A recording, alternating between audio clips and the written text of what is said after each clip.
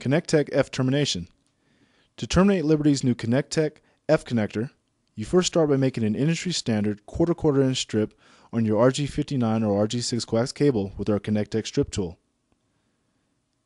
Simply insert the cable into the head of the stripper.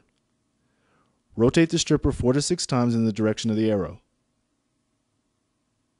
Press the head of the stripper firmly with your fingers and pull the stripper from the cable. Remove any remaining dielectric around the center conductor of the cable and fold braid back evenly around the cable jacket. This is very important to make sure that your signal does not short out. Next, take your F connector and you'll notice the colored center O-ring. The O-ring color identifies the specific cable type that the connector goes with, making sure you have the right connector for the right cable.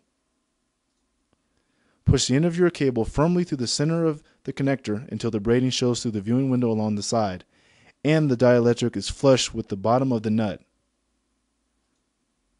ensuring proper setting of the cable into the connector.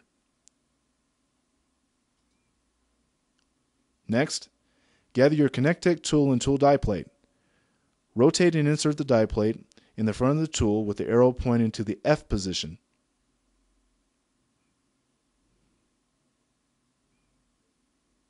Take your cable in and insert it onto the plunger head of tool. Squeeze down on the handle of the tool until you hear a click, letting you know the connector has been terminated.